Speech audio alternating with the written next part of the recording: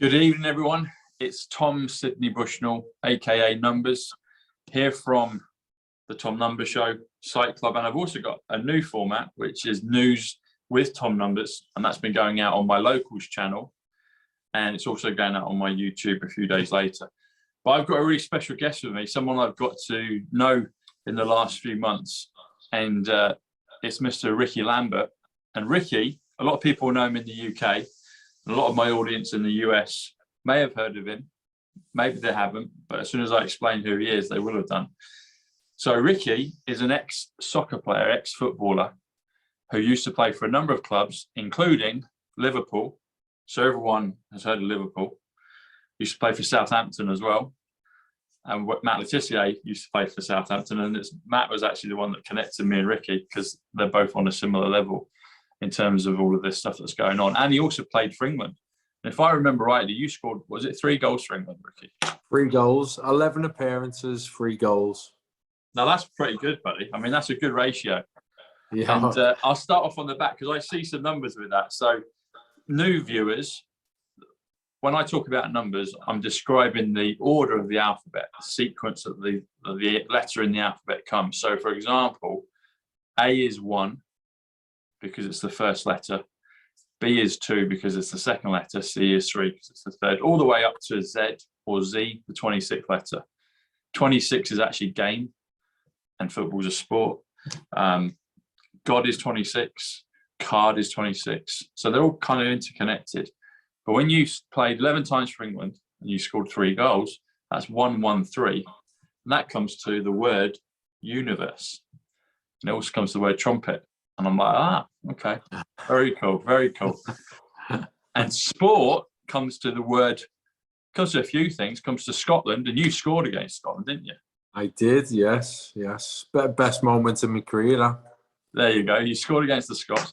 Scotland is also a colour, purple, but that's 88.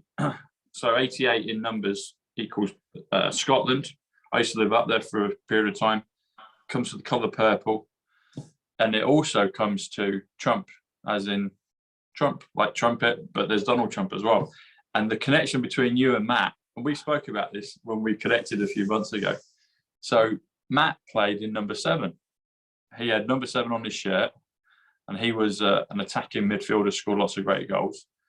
And you were similar position, i.e. a goal scorer, and you had number 7 on your shirt as well. So what's the likelihood of 2 guys being awake, you and Matt, playing for the same team at Southampton and wearing the same number? And the beauty of it, when you say number 7, if you spell out the word 7, that's 65, the word number is 73.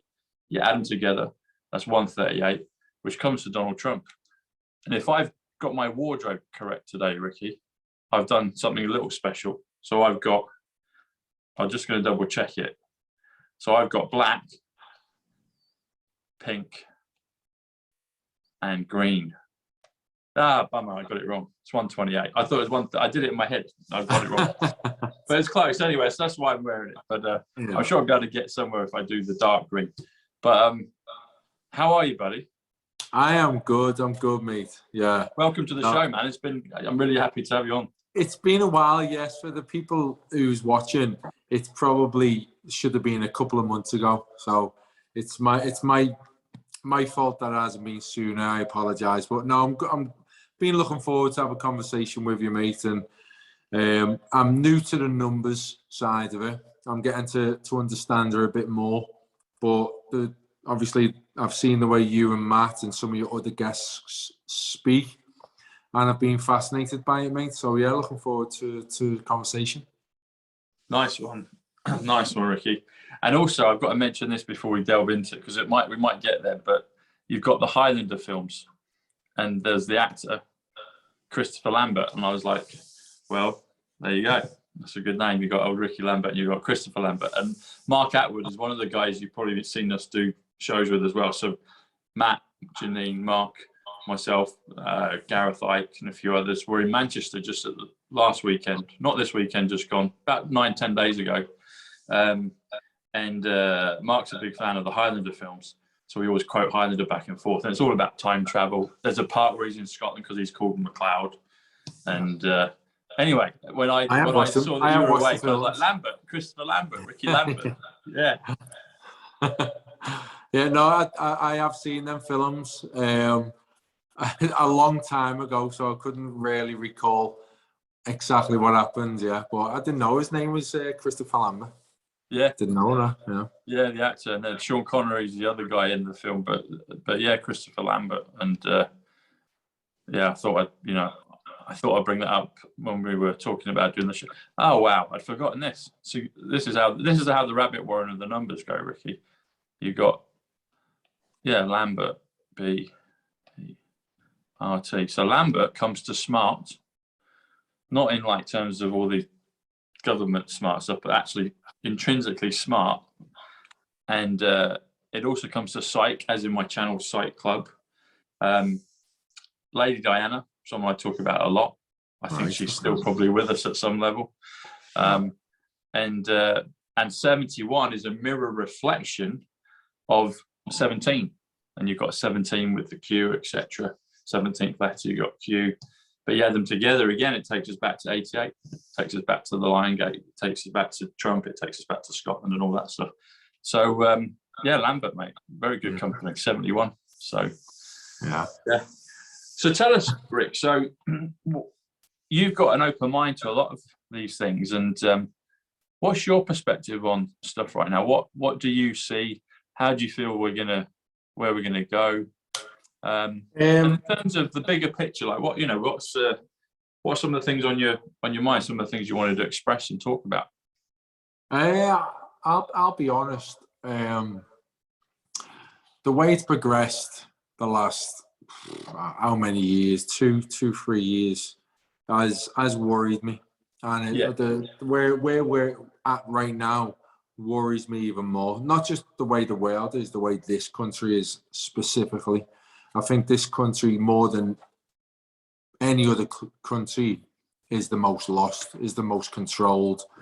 Politicians, our leaders are the worst leaders in the world, I think. And the process of what I learned years ago, and to see it in the early stages, going through step by step, it's not been nice to see, to be honest. It's not been nice to watch.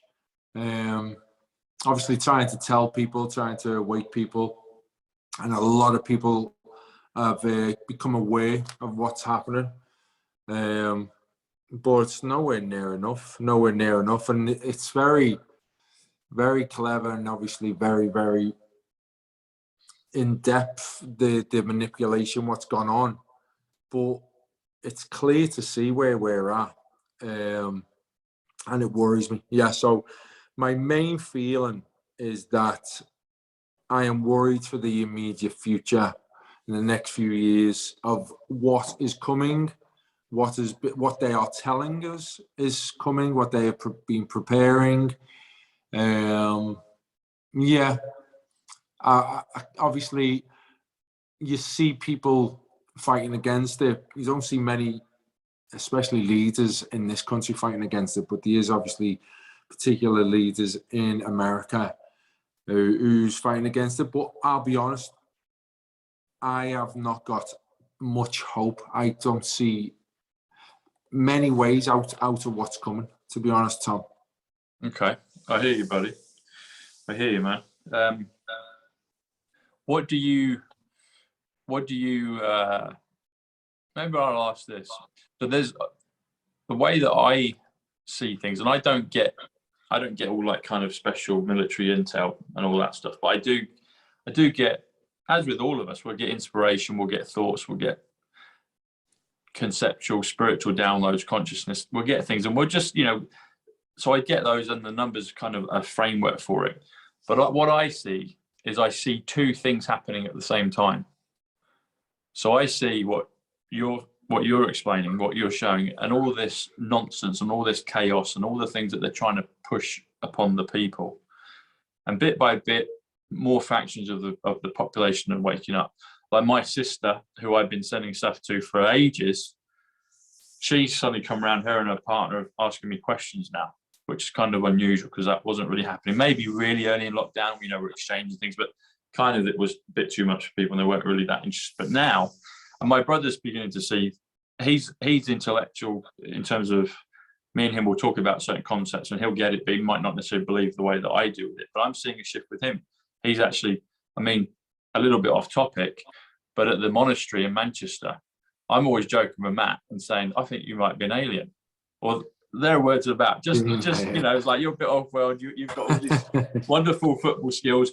You don't give a monkeys what the population, the press think about you, but the people love him.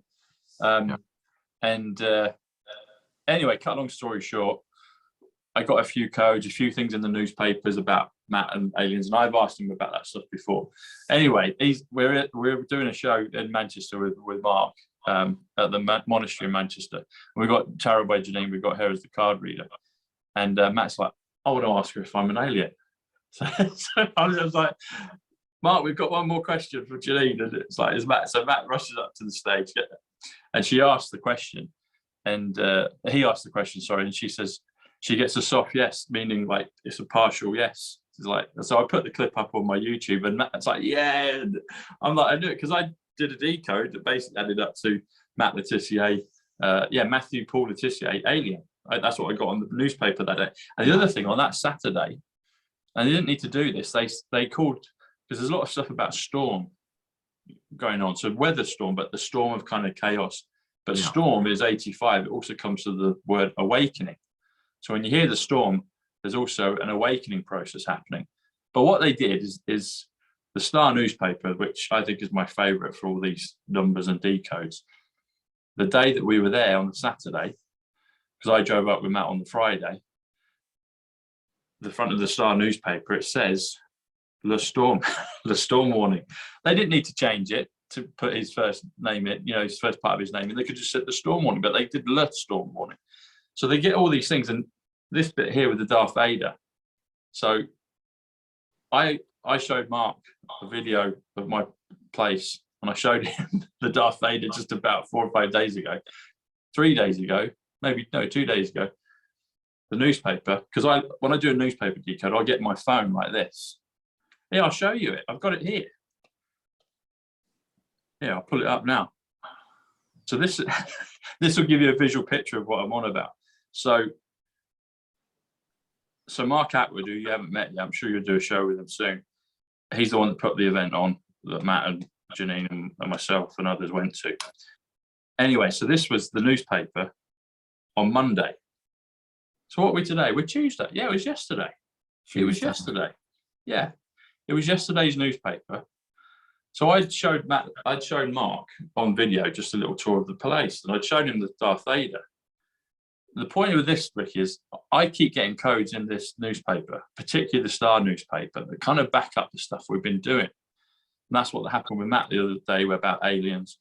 They put his name, Le Storm instead of The Storm. It should have just been The Storm, but they changed it to Le Storm, Letitia, on the day of the event in Manchester. And that whole phrase added up to, with the name of the paper and Le Storm warning, it came to Matthew Paul Letitia, alien. And me and Matt have been talking about aliens on the drive up. So he asked the question.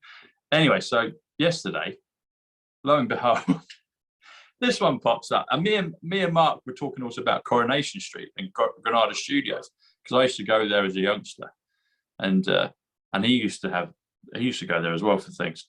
Anyway, this is what came up in the paper yesterday. Go this way. So you've got a bit about ET and aliens, yeah, Terminator, and I'm always talking about Terminator films constantly. People are probably sick of it. And then you've got Darth Vader, and what's Darth Vader doing? He's showing up a phone the way that I do when I show people newspaper clippings. Oh my word, yeah. Yeah, so this kind of biofeedback mechanism is happening through the papers. It's happening through many things, but it's happening through the papers. So you've got Coronation Heat instead of Coronation Street. And me and Mark were literally just talking about that just a few days ago. Yeah. I show him the place and Darth Vader's there. And then he pops up and Darth Vader's holding a mobile phone, just like I'm doing to you right now.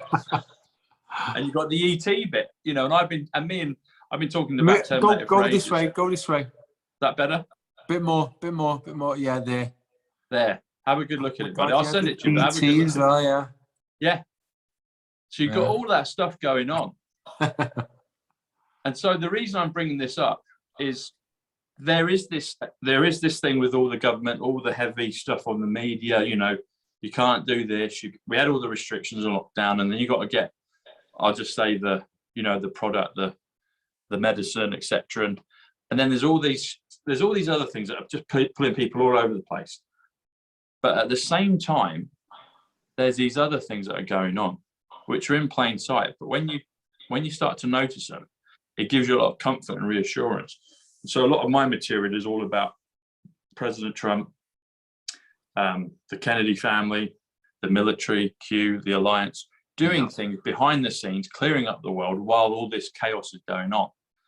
So I got that kind of understanding and perspective early lockdown through a lot of things like this. I had orbs and things appearing in my videos. I'd be talking about stuff, and I would mention the Kennedy like this last time, yeah. Say again, buddy. You told me last time that you seen orbs and that, yeah. Yeah, I've got one early lockdown, and I'm wearing my red Adidas hoodie, and I mentioned Bobby Kennedy and JFK Jr. And I'm insinuating that they're still around, that they went into witness protection, and I get literally 2 cross-section orbs. And in that whole video, I've got 5 of them. I talk about JFK. There's a massive, big, like, size of a tennis ball whizzes out from the cooker behind me and stuff. I'm like, where's that coming from? You know, it's just, I'm just Tom. What's going on here? But those sorts of things are happening to lots of folk. And the things that are happening to you and Matt, it's like, look how many Premiership footballers there have been. And there's only really, I mean, there's Brian Roy spoken up a little bit, and I think there's some others from the lower leagues. But in terms of English Premier League or England players, it's just you and Matt right now, you know. And it's like there's something going on with you guys. There's some kind of understanding that you have, and something you're picking up on. And so I see these 2 things. I see the destruction of the old guard, and all of this is chaotic. But I also see within it there's the elements of hope and positivity and actual reality that other things are afoot, other things are happening, which gives me a reassurance. And that's what my whole channel is about, is to give people hope and faith and confidence for a brighter future and a reality of things are going to get good. But there's a good chance it might get really kind of drastic and look worse. Yeah. But there will be a moment of actually reconciliation that will bring the people together and be like, no, enough. Okay, on we go into the new world, you know. But so I hear exactly what you're saying.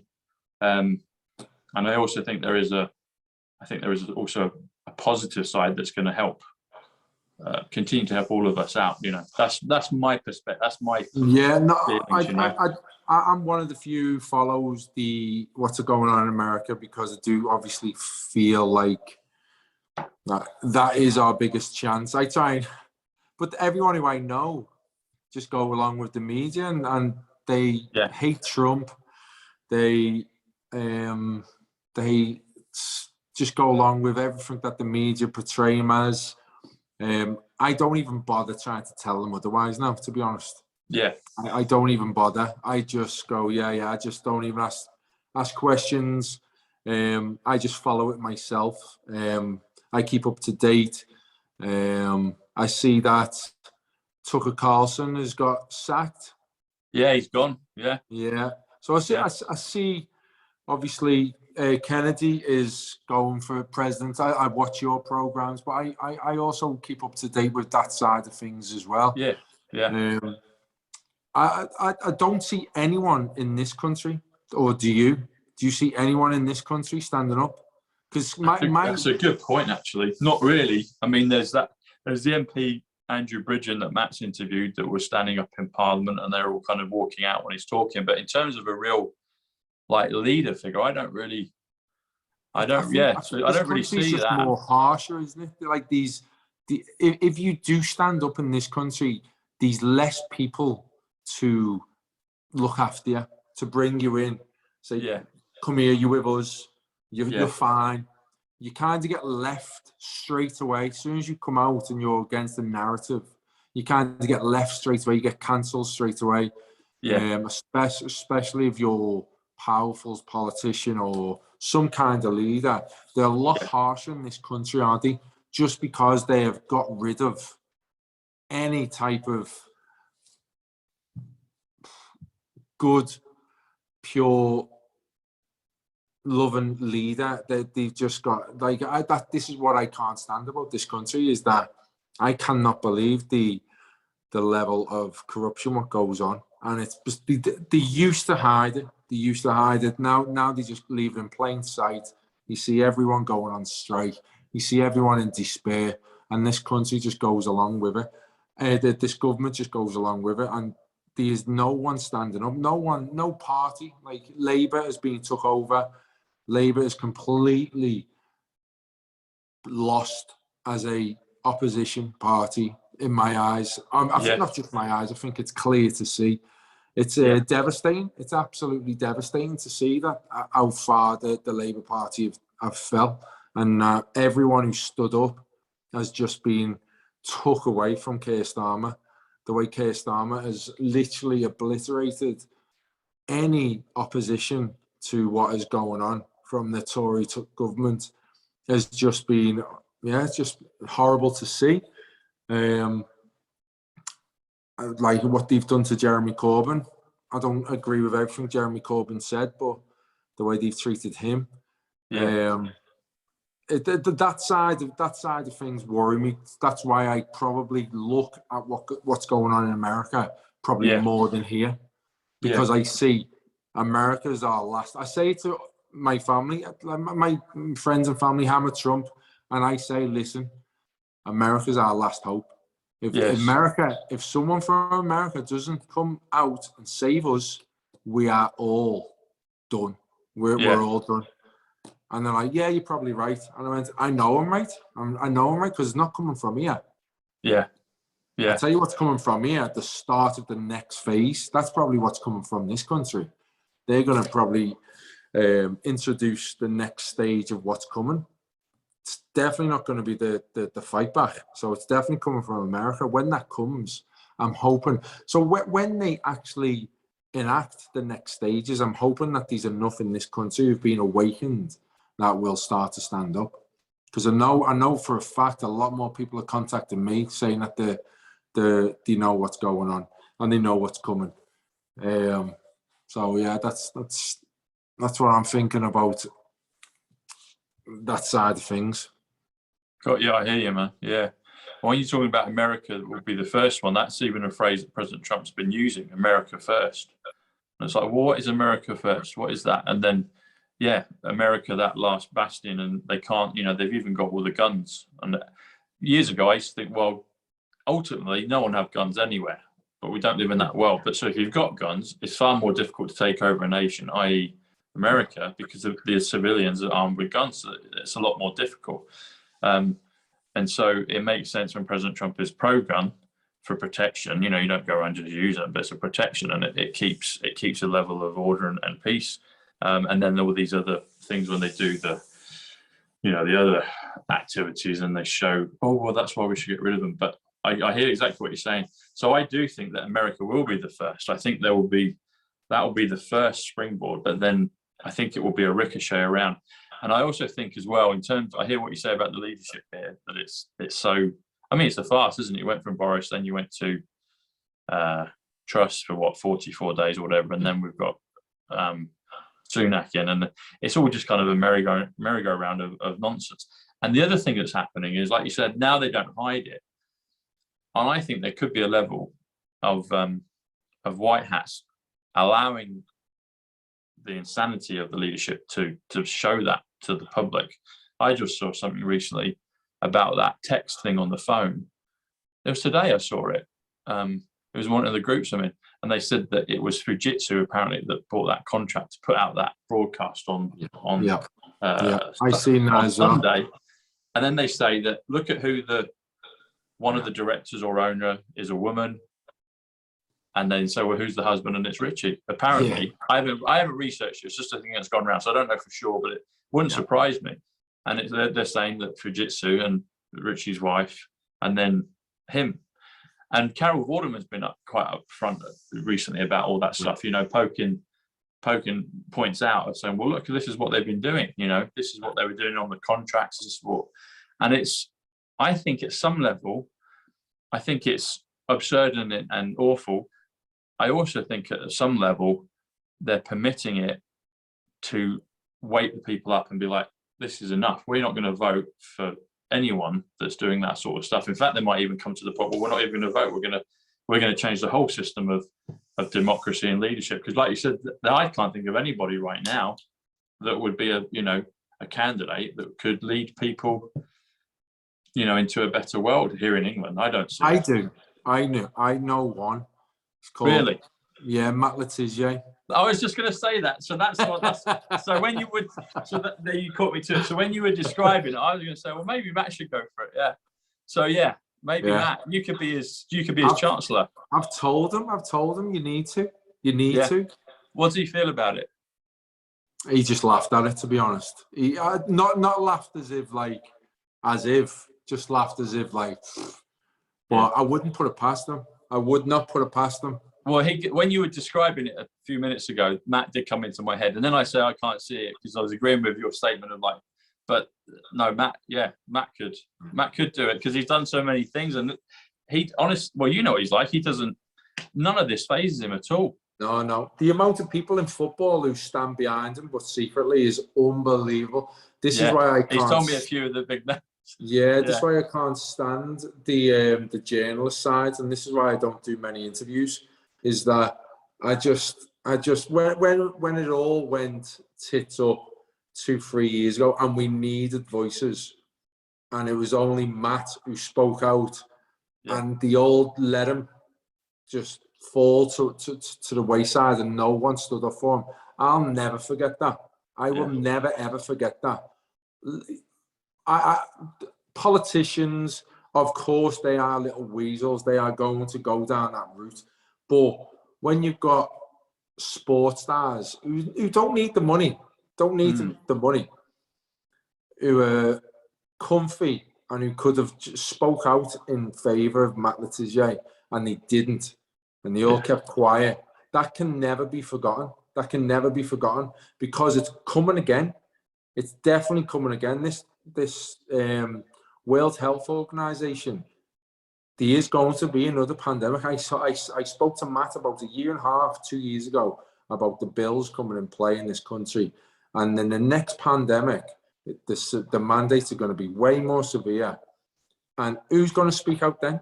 Who's going to speak out for the players then? Yeah. No one's going to speak out for the players. The players will have to have whatever the government or the World Health Organization tell them to have, or they won't be able to play football. And they won't be able to lie about it this time and say, yeah, got it, but they really never. Yeah. The doctors are not going to help them. No one's there to help them. So I couldn't believe it was only Matt Letizia who came out and stood up for these players. I couldn't believe it. So that someone like him needs to come out, and then the people need to come out verbally and get behind him. Because if the public see how many people are actually behind them, they'll be because they're unsure. The public's unsure. Yeah, I'm totally behind Matt, and I agree with everything he's saying. But God, look at the amount of stick that you get if you actually back him. Yeah, it's all that messages and the response and the comments. It's all fake. It's all fake. It's all the 77th Brigade. It's all an army of trolls or robots who are there to make you feel like everyone is against Matt, or everyone is against his opinion, or look at the response that he gets. It's not like that. Obviously, there is a lot of opposition to what Matt says, and a lot of people who, obviously more people than who are on his side, but people will. Let's start the campaign, Rick. Yeah, Matt Letizia for PM. Why not? Yeah, I'm telling you, I'll be there. I'll be there with him. I'll be right behind him. I'll be right behind him. You'll be his assistant. You'll be his chancellor. Yeah. I'll be looking for the right people to be on his side. That's for sure. Well, there's a few, isn't there? So you and Matt are the two in English football, and then you got like kind of people that in and around GB News, and you've got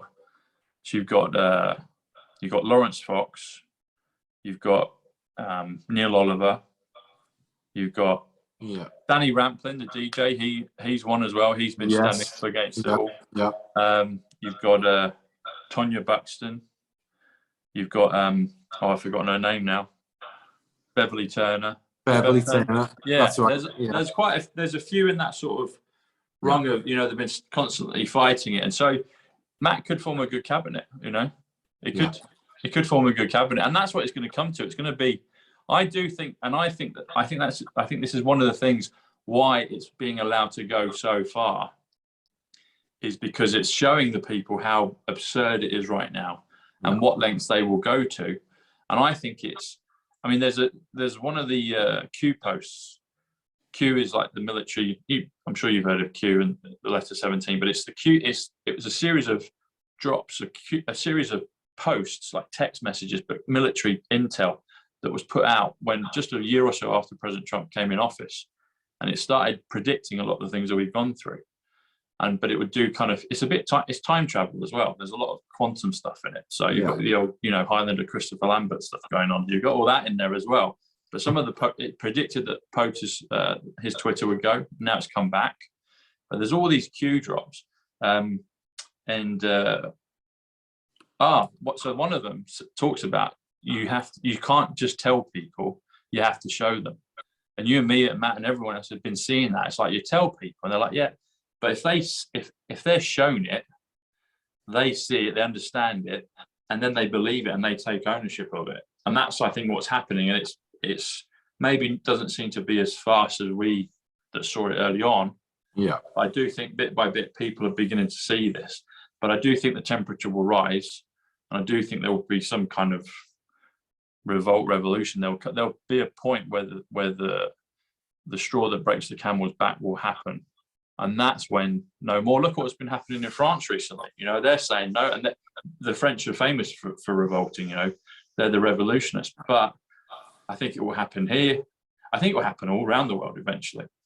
Yeah, I hope so. I hope so, Tom, because the moment of change is upon us, whether we like it or not. So it's going one way or the other. It is definitely not going to carry on the way it has been. The world as we know it is about to change. So you are going to have to pick one side or the other. Yeah, that is for sure. It is. If people haven't picked, it's time to pick a side. You know, it's time to pick a side, and it's time for people to stand up. You know, a lot of people are, but it's the majority. When we say, you know, we're talking about the majority, it's time for them. For the good people that have maybe felt scared, felt concerned about, you know, their welfare of their jobs or their family or whatever, it's now time for them to get out and actually stand up. And the numbers are mega. It's like if everybody said no, all of this will be over, because they only can do it through people's direct or indirect or tacit approval, their consent. If you acquiesce and don't say anything, they believe you're giving consent to them, which I guess at some level you are. But if everybody just said no, what could they do? There's so many more of us than them. It would all just go, oh, lights off, and the rope, you know, it would crash. It would be done. That's what we need everybody to do all at once. Yeah, and obviously everyone has that friend who kind of knows what's going on. Yes, was called a conspiracy theorist, and obviously now there's probably 2 or 3 in the group where there was only 1. Yeah. So when stuff happens and big things happen in the world, don't be afraid to put their messages in the group and just say, have you seen this? What's happening? Just so everyone's still up to date with what's going on. So they have, the ones who don't follow it, they have an idea of where everything's up to, and what's going to happen and when it's going to happen and stuff like that, which a couple of my friends do, to be honest. Like, a couple of my friends show me stuff now instead of me doing the research. They put stuff in the group instead of me putting in the group, and it's like, wow, how things have changed there, because the way they looked at me 2-3 years ago, oh my word. Where's your tin hat, Ricky? That's what I've had. I've had cousins and stuff that took, people I know joke about tin hats. But it's amazing, because that's what my sister did the other week. She said, can you send us some more? Because me and Paul are looking at this, and we realised that Trump being arrested was a cover for something else, because that's going to precipitate the arrest of all the other previous presidents who were rotters. And so I was like, that's great, Julie, I've been, she telling me that. And I'm like, good, Yeah. He seems to have embraced it, hasn't he?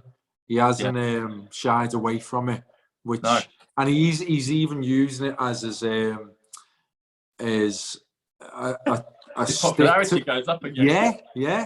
And he's using it on his videos, isn't he? And I'm like, wow, I love him. I do love him. I just hope I do as well. Your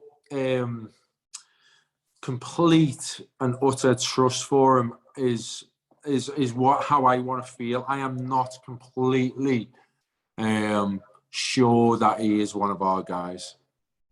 Okay. Yeah. But you love him though, yeah? I do love him. No, I love him because he has to be what I hope he is. Okay, yeah.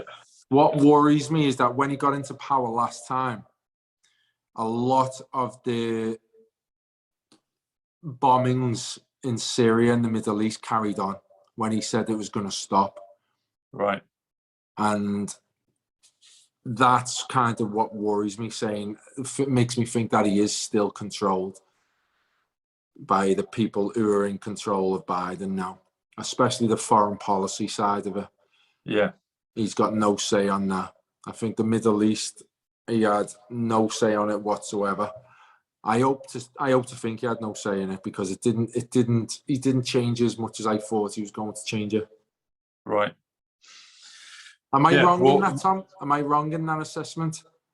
No. So actually, that part I don't really know. I've heard that, and I've not researched the timings and everything on that. I've heard people say that before, so I don't know, because I was always open to all this stuff, but when he was getting heat, it was American politics. And I've always liked the Trumps. I've always, been a fan. I've met his daughter Ivanka, and since this now, I've met Eric, and I've seen President Trump a few times physically, not spoken to him directly yet. But so I don't know the details of that. I've heard people say that before.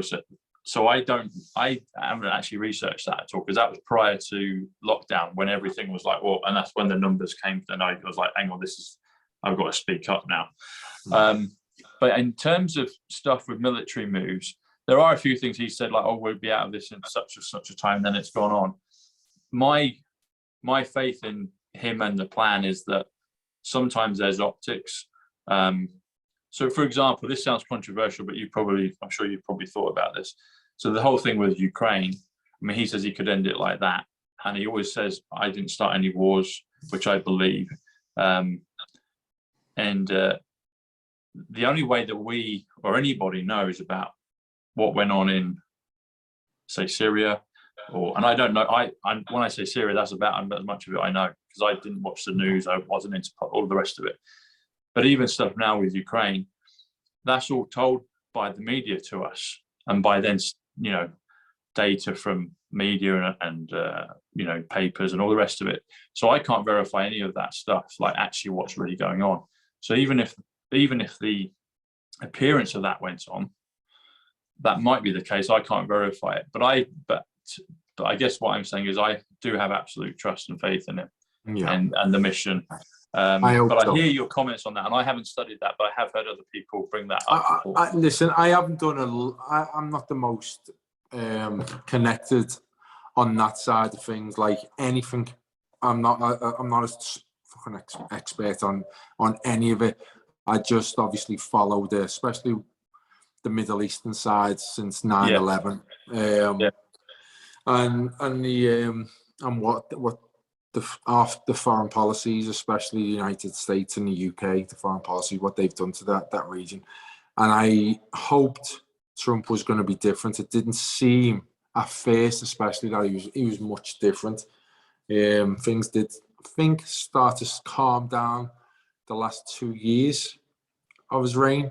I might, like I said, I'm not an expert. I was just a little bit disappointed that there wasn't the change he was going to say when he took over. And it seemed to me like the people, especially the foreign policy, was in control, like they always are.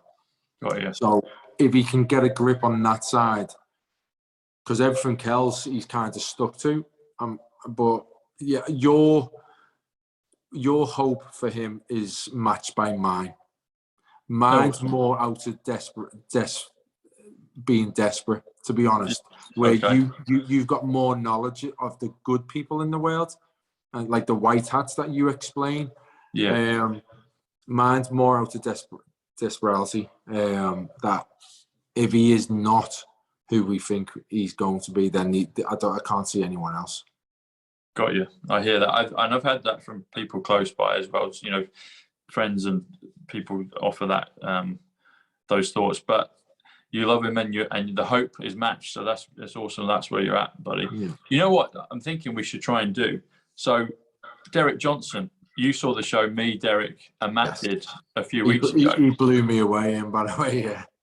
So yeah. I'm going to talk to Derek, and I'm going to see maybe we can get the four of us on, you, me, because Matt wanted to do it again with him.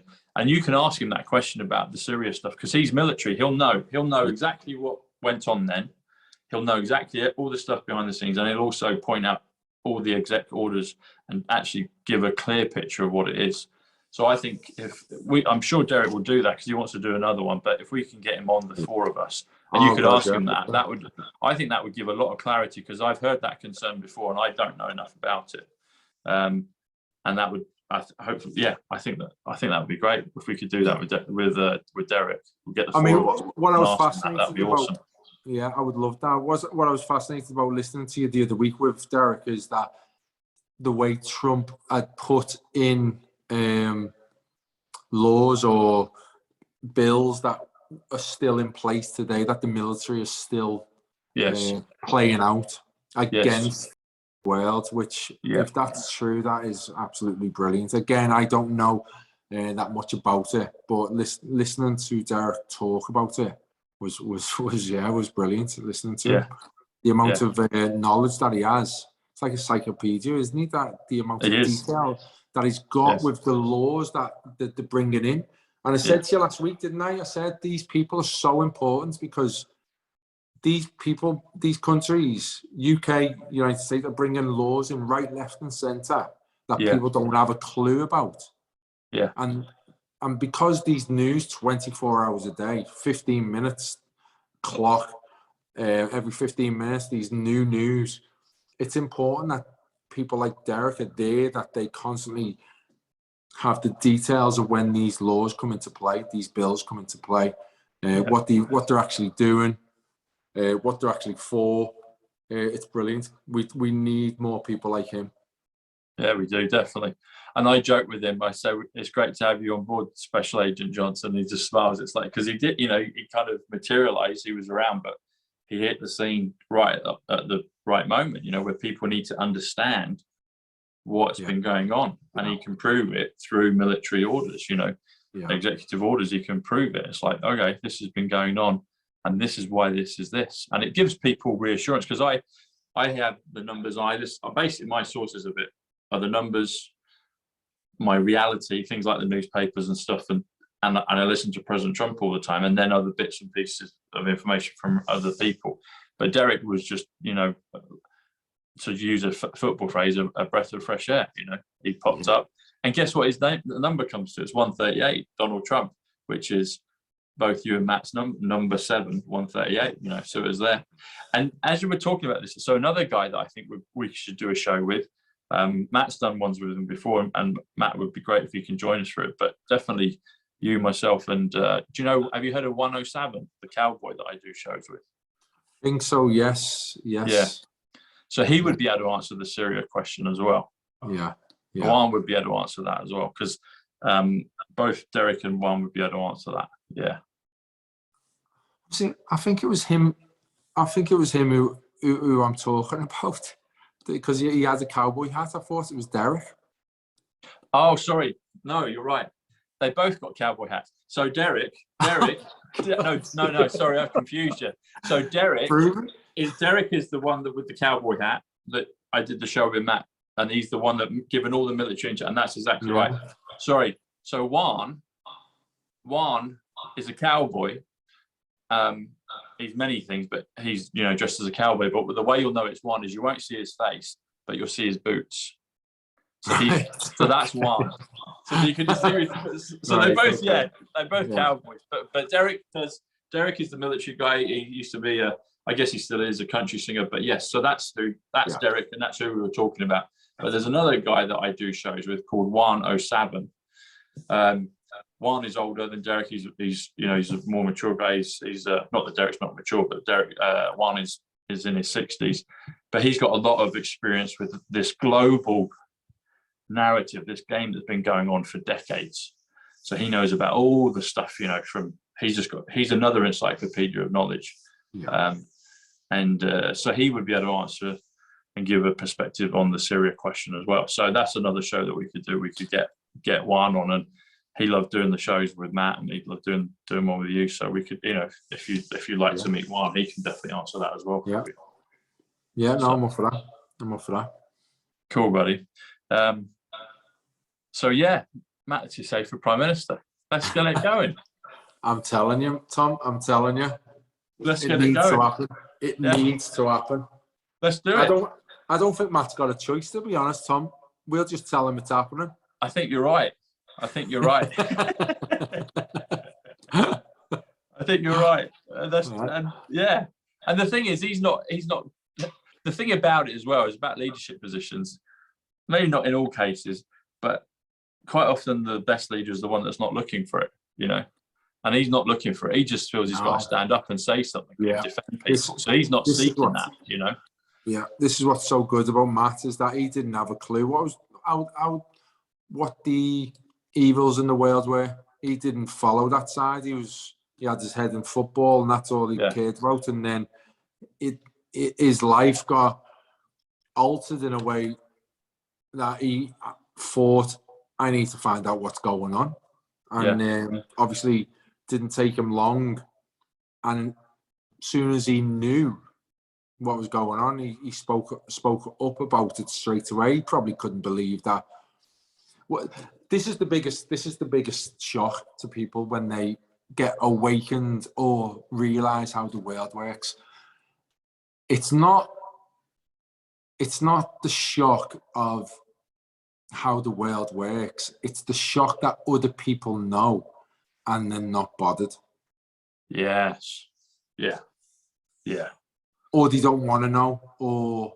And when you realize and you're thinking, oh my God, the world's going to go mad when they find this out, and they find it out, and the world just carries on normal. I think that's what kills. That's what really wrecks with people's head, because that's what wrecked with my head. Is that, well, people are surely going to know now, like the COVID. I knew how the world worked before what happened with COVID. Yeah. So when COVID hit, I thought, oh my God, it's only a matter of time now till people stand up and realize what's been happening. And I just couldn't believe it. I just could not believe it that they actually were going along with what the government was saying, and saying that they were safe. I was like, wow. Yeah. That's what threw me. That's probably what threw Matt as well. Yeah. Oh yeah. Yeah. How many people were going along with it. Yeah. So you were awake before all of this, Ricky. So what was your journey like? Your kind of awakening journey? I've always been inquisitive on stuff. I knew that 9/11 wasn't the case, as we were told. So I remember having a row with an ex at the time, and well, I didn't actually have a row with her. I just said, and I think she subconsciously knew because she hit the roof. She just went ballistic on it. I was like, she couldn't stand the possibility of her government at the time, the US government, was gonna, do that. And I was like, yeah. So she subconsciously, she knew, because the reaction was way over the top. But so, even before then, I was, always inquiring and looking at stuff. I just didn't realize the depth of it. And I guess on the flip side, I didn't realize the the majesty of where we're going. I hoped for that, but I just didn't, you know, I did. But when I heard about, have you seen Fall of the Cabal? Have you seen that video? Hang on for 1 second. Sally's come on. Say that again. Have you seen the documentary series Fall of the Cabal? No, I have not. No. I'll send you a link for it. But that within the first 2 weeks of lockdown, that woke me up to a lot of stuff. And then I got told by someone what was going on with the kids and the tunnels. And I only had to hear it for a nanosecond. I just like, of course, because I knew, I think I said to Tony Pulis. So I was telling, I told Tony early on, I said, because everything, you know, everything was going on. And I was in Regent's Park, I remember right in the park, it was beautiful sunshine. And I'm talking to Tony on the phone and I said, this is too much of an opportunity for a bad side, but also a good side to just let it lie, you know?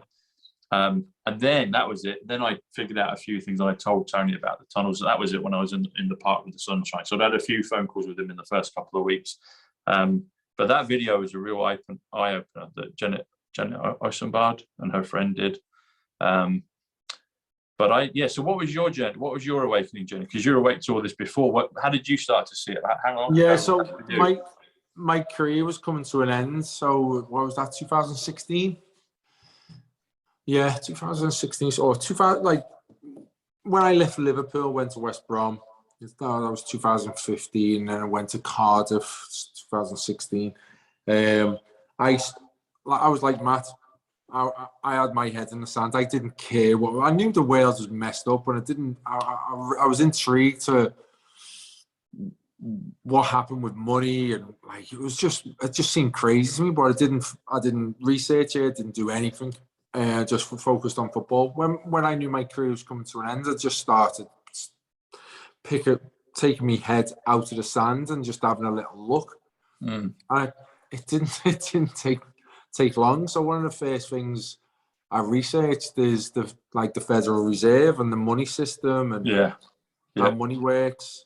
Who created it? That it's not government owned, it's families, it's private owned, which I couldn't believe.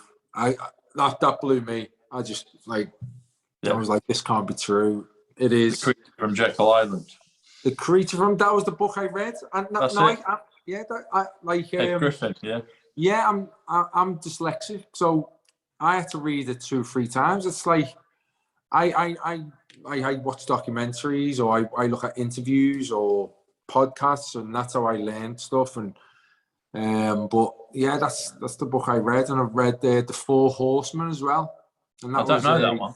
Oh. Yeah, brilliant. It was a fella who was in the Marines, but he was very high up, and he was high up in the Middle East and what happened there, and he lost all hope for humanity, and he found out exactly who runs the world, and the description he goes into is incredible. I think I've got it in there somewhere. And he came back to life. He started coming back and enjoying the simpler things in life, and that's what his book's about. Because the what he's seen and what he knows about would test the toughest of people. Do you know what I mean? Which he is, and that's the book's what set me on my way. And then it was just little things like that. But then it was the government telling us what they were doing. Yeah. And it was the white papers that they were putting out. Yeah. And it was the cabinets, and they were no longer hiding it. It was no longer a conspiracy. It was, this is the stages that we are hoping to do. Then you're seeing them go through these stages. And then you're trying to tell people, no, look, they're telling us about it now. They're not even hiding it no more. And you're still classed as a conspiracy theorist, which is frustrating, which is very frustrating, because they think it's not going to matter to them or to their kids even. They think, oh yeah, it's going to happen, but it's like way down the line. And I'm like, no. Agenda happening now. We're in the midst of it. We are in the stages, and they are actually rushing that through now. And that's just one of the agendas. So that round, 2016, 17, that's when I started to understand a little bit of how the world really works. And I kind of fell into depression. It was an awakening, kind of, oh God, what's the right way to describe it? I went under a little bit. And I didn't know I went under until I came out of it not so long ago, which took years. And that wasn't just to do with finding out that stuff. It was obviously to do with coming out of football as well.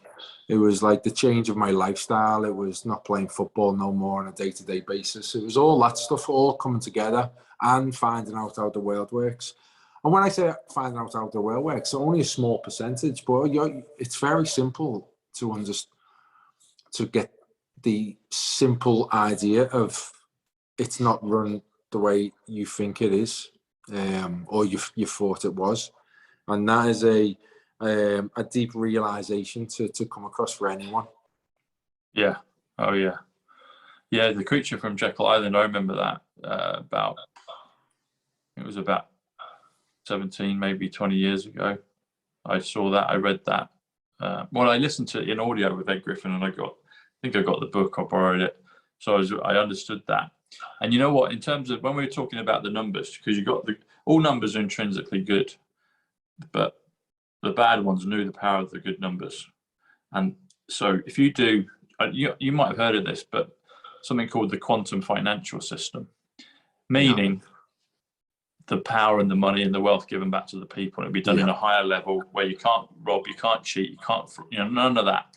But the beauty of this, so Ed Griffin's book, The Creature from Jekyll Island, when you do it in numbers, when you spell it out, A is 1, B is 2, C is 3, it comes to 310. And on the good side, because that's describing the Federal Reserve, the creature from Jekyll Island, the fractional reserve banking that they could create things out of thin air. Like he said, the Mandrake mechanism, he talks about the Mandrake mechanism where they just print it out of nothing. Yeah. On the flip side, the quantum financial system also comes to 310. And I realized that. I was like, so you've got dark and light.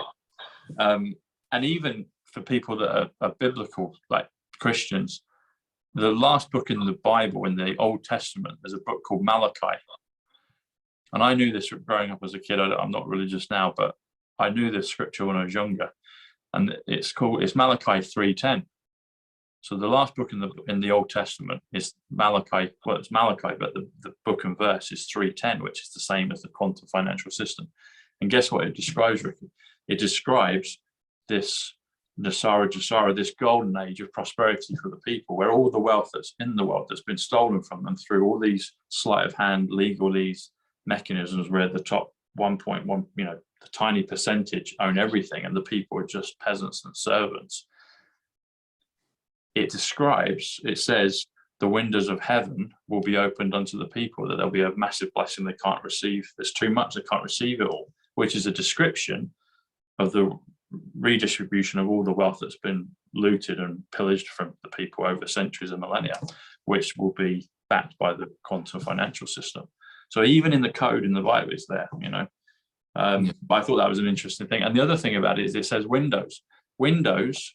So Window is 88, which is Trump, which is Scotland, where we started off. But Windows with the S is 107, which is quantum.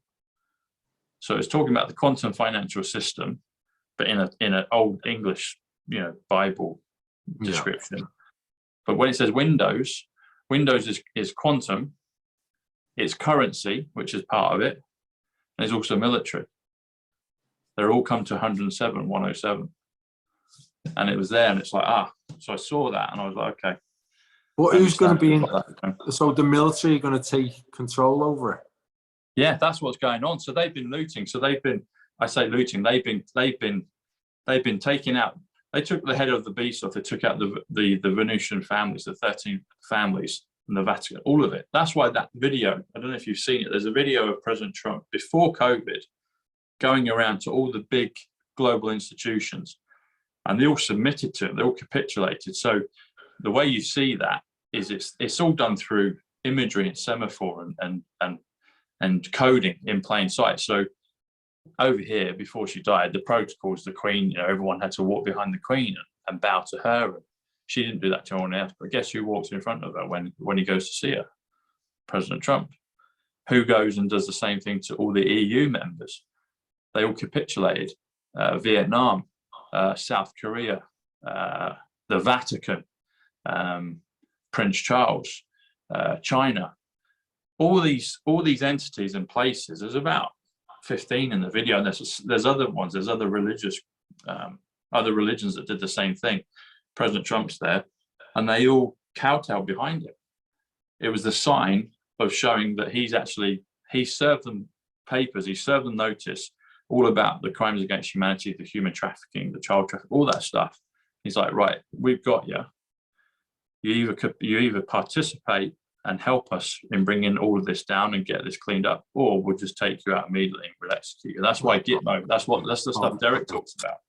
I hope so, Tom. That sounds, yeah, that sounds amazing. See, I don't know enough about that side of things. I'm probably more of a pessimistic, and see how the steps of what they're actually taking in what the way they want to do it, where I've only really started to understand this good things behind the scenes since I've started watching you and the people who you're speaking about. I normally only see the steps taken of what they've told us are coming, if that makes sense. Oh yeah. So, for instance, we might as well talk about it, because I think it's the biggest change what's going to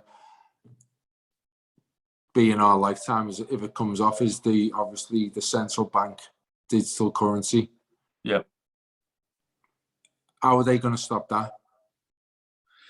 So my understanding, and it usually with a lot of this, it kind of comes out slightly different than maybe we would think. Because even with us, we'll get, like, I don't get intel from people other than listening to President Trump, seeing what my own reality in terms of synchronicities, numbers, things in the newspaper. President Trump mentioning my name, saying great job numbers. Then he mentions my grandmother a few seconds later on the second, which was 43 seconds, and they lived in number 43 most of their lives. And he said Wood, and that was her name, Eileen Wood. And he says great job numbers. It was a second show I did with Charlie Ward. I was like, wow. So I knew something else was happening. That's how I get my info. In terms of taking the banking system, I don't know how they're actually doing it. I have heard that Bitcoin is a slush fund for all the dirty money. I've heard there's things like XRP, XLM, XTC, all these other crypto coins which are good. I can't verify if they are or not. I'd like to believe that they are. Their numbers add up to me that they are, but I've heard enough about Bitcoin that it seems like it's a bad thing.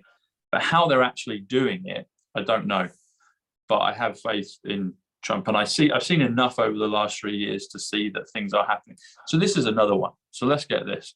So all the disaster of COVID that went on, lockdowns, people's businesses being ruined and everything else, there were some silver linings with it. One was we were blessed with 3 months of sunshine, early lockdown. Yeah. So I personally, I said this on video. So I did a video about the 21st, I think, of May 2020. And I felt for about a month I should do it. So at the beginning of lockdown, I hear President Trump say, right, flight ban. And I was due to go to, he says that on the 11th of March. And I was going to go to America on the 13th of March. But the people was going to say, like, no, don't come. You know, you're coming from the hotspot, London. And I live right in the centre of London. And I never wore a mask. I never took it. Did none of it. Boris said you can only go out once a day. Guess what I'm doing? I'm going out for 8 hours a day. That's what I would do. I mean, sometimes I'd go back out a couple of times, but I was just like, well, and even within the things they'd said, there was always a caveat. There was always a way out. And so the sun was shining, and I personally loved it. I was like, this is great. I actually didn't want it to end. Yeah. Because of the break period, because of the kind of just relax that. Then you get annoyed with having to queue up and all the silly shenanigans. For me personally, and I'm not speaking, I can only speak from my own personal experience. I know people were devastated through it and they had hardship and things that happened. But I guess the most of it was an irritation. It was like, okay, this is, oh yeah, you get to the shop, you got a queue. people say, where's your mask? And I just say, well, I'm exempt. Oh, okay. You go on the London Underground and they'd say, we're going to fine you £6,400. And everyone's like, oh, I better do it. And then it says, even on the voice channel, it says, unless you're exempt. You say you're exempt. Then they're like, oh, where's your lanyard? I don't need a lanyard. Oh, okay. I got questioned once about a lanyard and I just said exempt to everybody. They knew me as the guy that just doesn't wear a mask. Where was I going with this? What did you ask just prior to that? There was a point I was saying. About the digital currency and that, and how oh yeah, that was it. Yes, that's it. Yes. And so look at what happened. It's like people's businesses folded and people couldn't work. But look at what happened. All of a sudden, things like furlough schemes were introduced. People get 80% of their wages. There were some categories of people that had to work, like the shop workers or others that couldn't, for whatever reason they continued. Most people worked at home. It proved that most kind of jobs that they do to make people busy. This is no disrespect to people's jobs. Most people hate their careers, if they're honest about it. Maybe not even careers, they're just jobs, but they hate them. But it proved that most jobs can be done from home, can be remotely. So most of it's just kind of filing, pushing paper. There are professions that are really required. You've got to be there, hands-on. But it did prove that most society still functioned. But then they were injecting all this cash, like furlough for a big amount of the population. Then these bounce back loans, and then all these other schemes, and all this injection of capital. Where did that come from? We know it came from, the mandate mechanism. But at the same time, not everybody, but a lot of people became more prosperous during lockdown. Whether it was, something from the government, and then it's like, oh, well, that's, you've got to pay it back. I was like, well, has that really happened? No, not really. So there were all these silver linings. And at the same time, it was a process where President Trump even said it about Barron. They asked him once in one of the press conferences, what's Barron, what's Barron? He said, he's in his room. He's like everyone else, he's in his room. He's just, playing games or he's thinking. I don't think he said thinking, but that was alluded to. He's like, well, he's in his room. He's, everyone had a chance during that period to just switch off, to think about what they wanted to do, and just have a think. And people either watch telly, people research, people became poets, artists, music. It was a time where even the oceans and things. I walked down the River Thames. There was, maybe one boat, a tiny little thing. There were reports of dolphins and things coming back into the rivers and all that stuff. It was like there was also a really beautiful side to it. But we don't get told that through the media. We just get told X number of people had died, and they were substituted mainly for flu deaths. Matt Hancock had to tell us. He said, "We've had no COVID death. We've had no flu deaths since in the last 18 months." It's like, how can you get away with it? It's like, well, we knew that anyway. But a lot of people still like, oh yeah, that's right.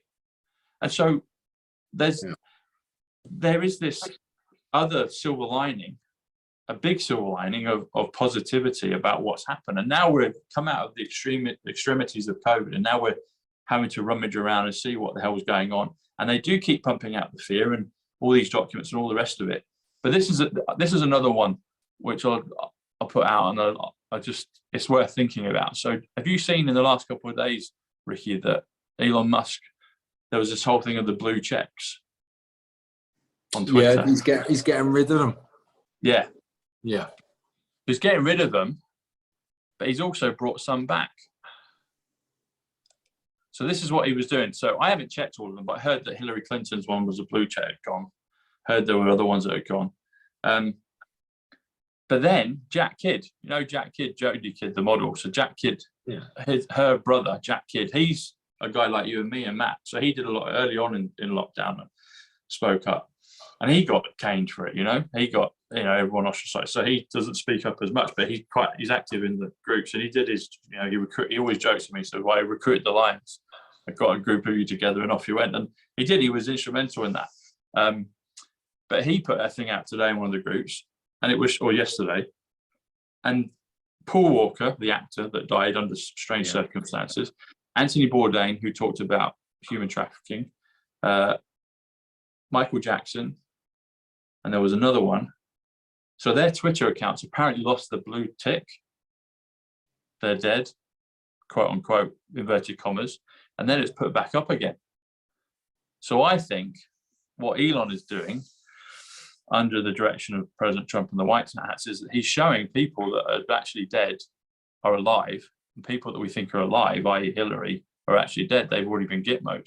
So we're seeing actors playing that. We're seeing actors, people in masks, clones. You saw Biden I don't know if you've seen it, but the other week, about 10 days ago, he's in Ireland, and there's a video of the guy playing Biden. Did you see it, Ricky? Yeah. And he's pulling at his mask at the back, and he does it. He goes like that, and then it's like this slowly. It concertinas back out and reforms. It's like they're showing. If people want to see it, they're showing evidence of not everything that we're being told is the case. So when we've talked about clones and stuff, and actors and walk-ins and swap out, CGI, deep fakes, all this stuff, they're like, yeah, whatever. They're showing it now. It's like Biden is clearly not Biden. Who falls up the stairs instead of falling down? They're mocking him, they're memeing him, they're trolling him. It's like, look, this guy is not for real. He's a puppet. The question is, what is the purpose of him there? But at one level, they're showing that these people aren't real, that they've been taken out. Derek talks about that. Derek's saying that there's going to be broadcast military tribunals this summer, and that's a couple months away. So I hope that that's the case. It feels like it, because in the numbers, military tribunals comes to 223. We're in the year of 2023.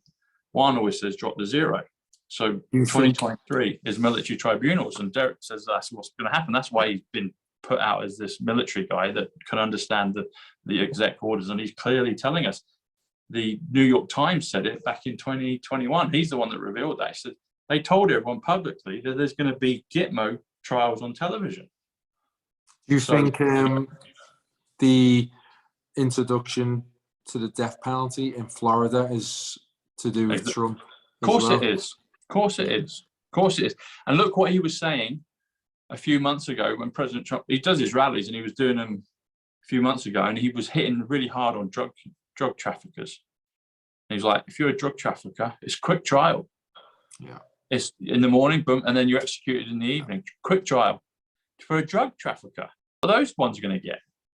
Do you think we'll see someone being convicted in the next year or so? I think so. And I think this is what this whole thing with Trump is. It's like, in The Art of War, Trump wrote a book, The Art of the Deal. The art of war is appear weak when you're strong. He's the strongest person in the world. Yeah. He's the commander-in-chief of the US military.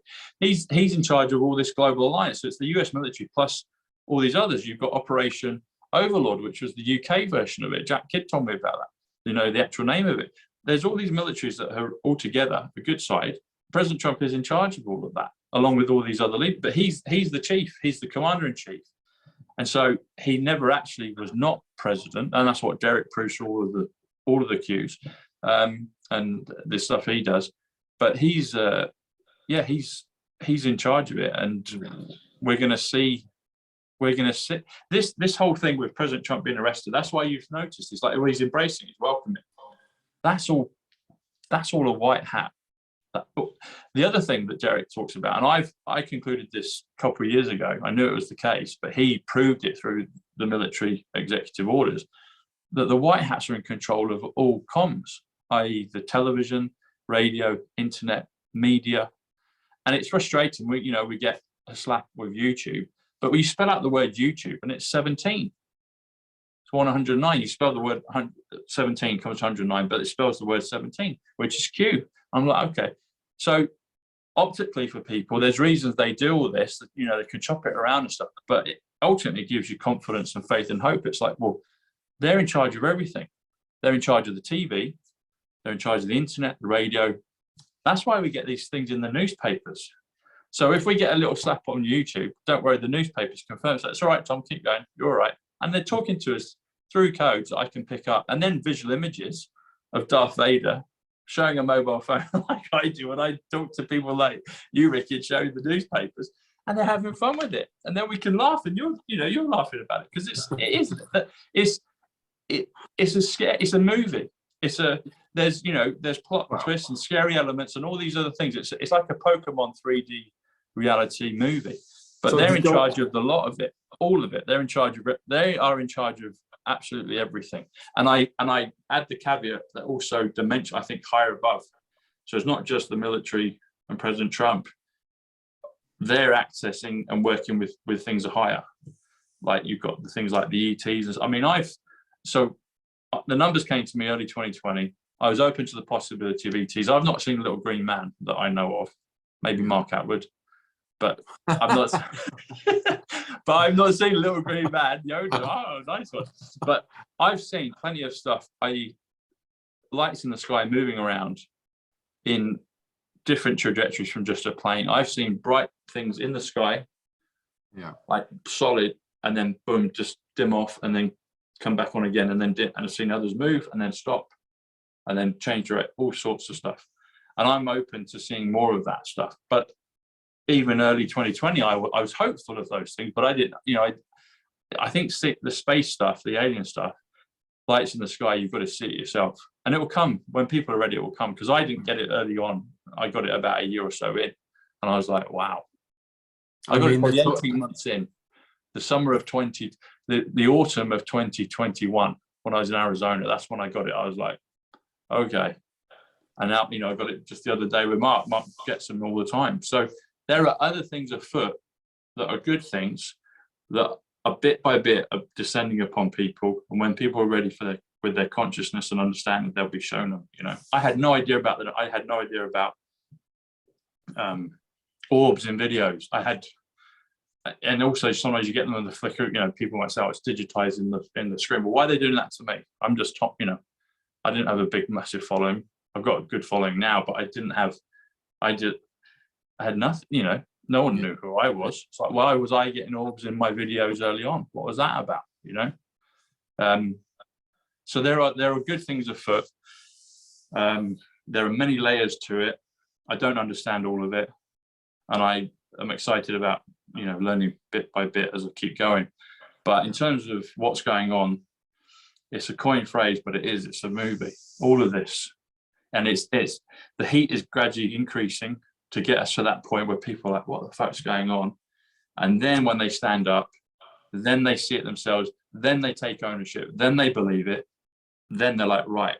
And they have their own self-conviction, and that's when everyone swans together, and that's when we defeat them. That's what happens.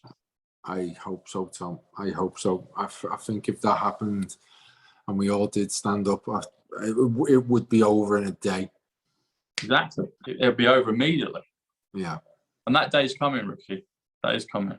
Yeah. It's taken longer than we first thought, because once you see it, you're like, I thought lockdown was going to just be a few weeks or a month or so. It's like, this happened yesterday. Why can't people see this? And it was like, no.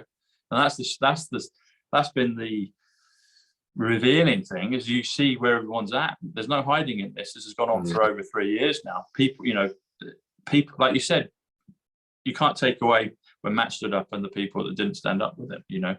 You stood up with him, but there's only a handful of people that did. And when I did my video on my own, I was prepared to get a knock at the door. I was like, this is big. I'm gonna have to. I can't not say anything. I got to say something. And then 2-3 days later, I connect with Jack Kidd, and I meet Jack Squirrel Group and other people. We knew what the consequences were what they were going to be if we didn't say anything. Now look, 3 years down the line. Now look how many people have died, and how many young, healthy people have died. Sports people who have died. Yeah. I think it's a criminal that people don't speak up. Especially if you're in that sport, you have to speak up. If you get asked a question, or if you have a chance to speak up, you have to tell them how you feel. You have to. And yes, you might get cancelled, but at least you got your chance to tell the world how you feel. I'm not saying you wouldn't be able to live with yourself. I wouldn't have, you wouldn't be able to live with yourself. I wouldn't have been. Matt wouldn't have been able to. I was like, how could you not? Once you know, it's like you have to. It's easy for, you can say it's easy for Matt. It's easy for me. I'm a retired footballer. Matt is, even though he was in his pomp of his punditry life, you could say he was happy to come away from it. He wasn't. He loved that. Of course he did. He loves football. Yeah, he loved it. Yeah, he loved it. And I'm at the beginning of my next career. I'm at the beginning of my coaching career. I want to be a manager. Yeah. So I know what I say is going to affect it. I know it is. I know there's going to be many, many people who won't touch me because of the way I the way I've spoken out in the past, the way I keep on speaking out, the way I back Matt Le Tissier, people are not going to touch me. But what means more to me is my children's future. That means more to me than anything in the world, anything. And people will say, well, you've got to look after your children by keeping your job and keeping your network and keeping your money coming in and stuff like that. I understand that, but it all doesn't matter if it comes into play what they want to come into play. None of it works. No careers there, no footballs there, nothing. Yeah, exactly. If they would get to finish their narrative, then we'd all be gone anyway. You know, that's the end game for them.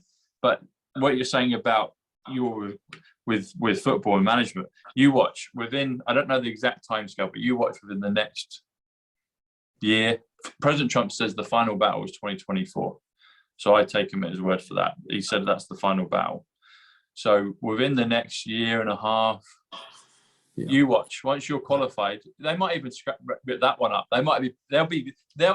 This is what's going to happen. So Jim Caviezel, the actor that played Jesus in The Passion of the Christ, he was in Count of Monte Cristo. So he's similar to us as well. He spoke up.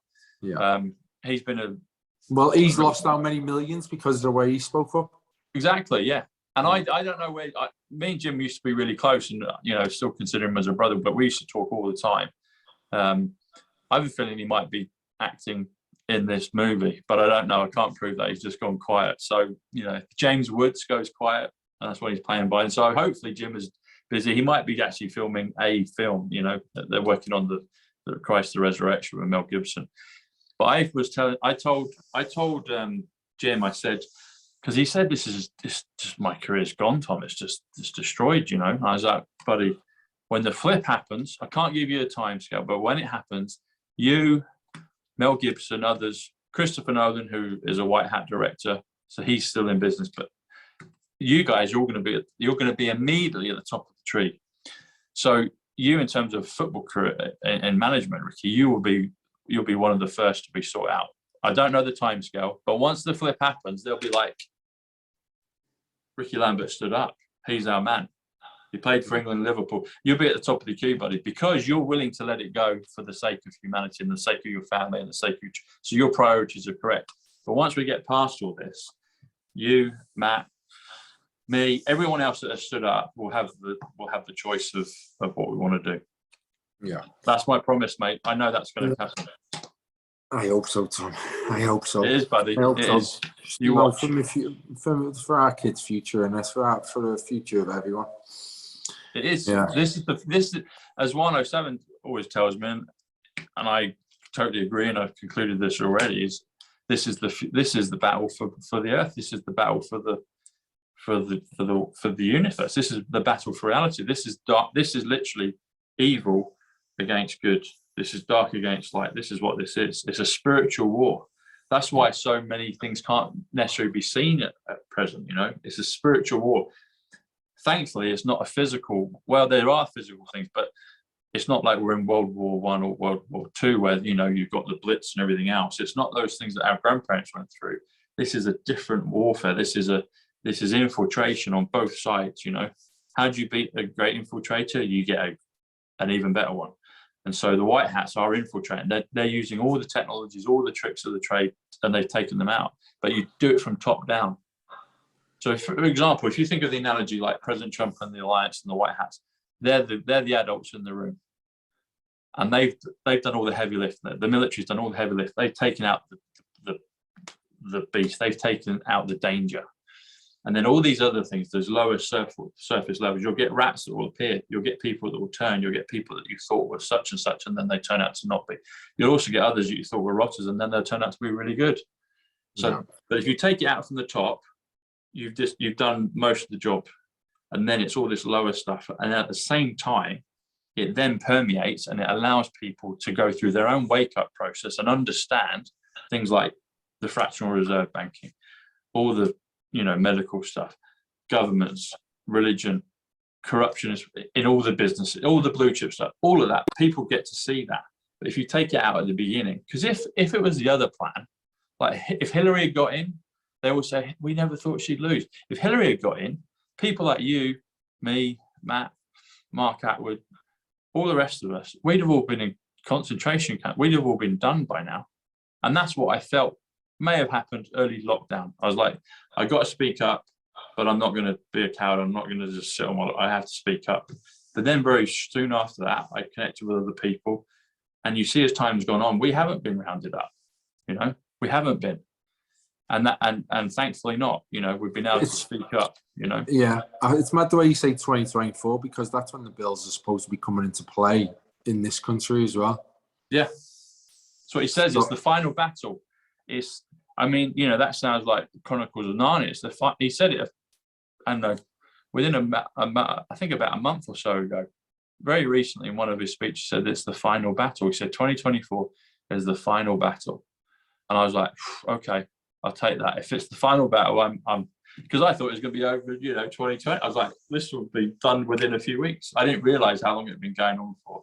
I didn't realize how long it's, you know, but yeah. So I didn't know that about the bills, but you know about that. So yeah, everything's going to come to that crescendo. 2024. You've got to get the election. That's got to be sorted out. You know, you've got this thing with China and Taiwan's going to happen. You've got all these things that are, there's all these, it's a multiple chessboard, you know, there's like, it's 5D chess. There's all these games going on at once. Yeah. President Trump said it. He talked about fourth-dimensional chess on one of his speeches last year. He said, who knows about fourth-dimensional chess? Who knows about, I know a lot about fourth-dimensional chess. What's he talking about? He's talking about strategy. He's talking about all these different things. You've got all, you know, the world is a complex thing. Complex is 88. The word complex is 88. Trump, he talks about things being complex, but he knows, him and his team, and he's getting divine assistance, whether you believe in God, the creator of the universe, aliens, all of the above, our future selves, guardian angel, whatever it is, higher forces, and there are higher forces that are good, are helping assist President Trump and the military and his team and the rest of us, you and me, digital soldiers, Matt, we're getting what we need to do, but we're getting higher help. We're protected. You and me, Matt, all the rest of us are protected. We're protected, Ricky, you know. Otherwise, we'd have been gone a long, long time ago. 3 years ago, we'd have been out of the game, but we're not. We're here. Yeah, I mean, yeah.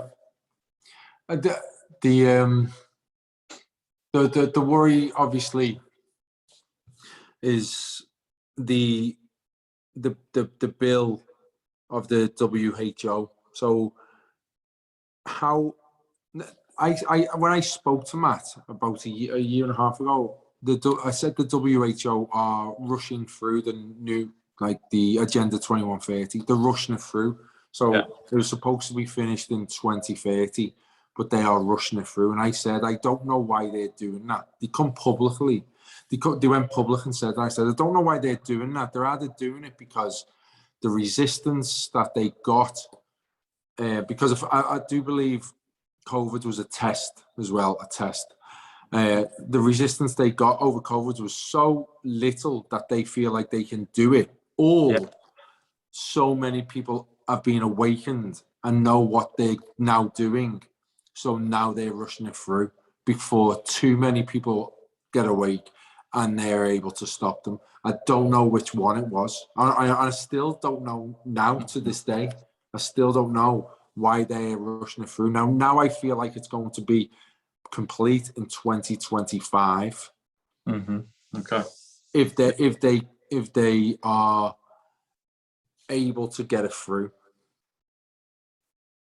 Yeah, it could be a blend of both of those. Yeah, I can see that. It's like, okay, we can, they were so lenient, we'll push it. Or, and my first feeling was when you said that, was you were describing it as because now something, the people, the awakening masses, but also if you've got a superb military after you, you know, if you've got something else that you never just fight against before and they're on you, that's going to push you into a corner. That's going to make you do things quicker. Yeah. Yeah.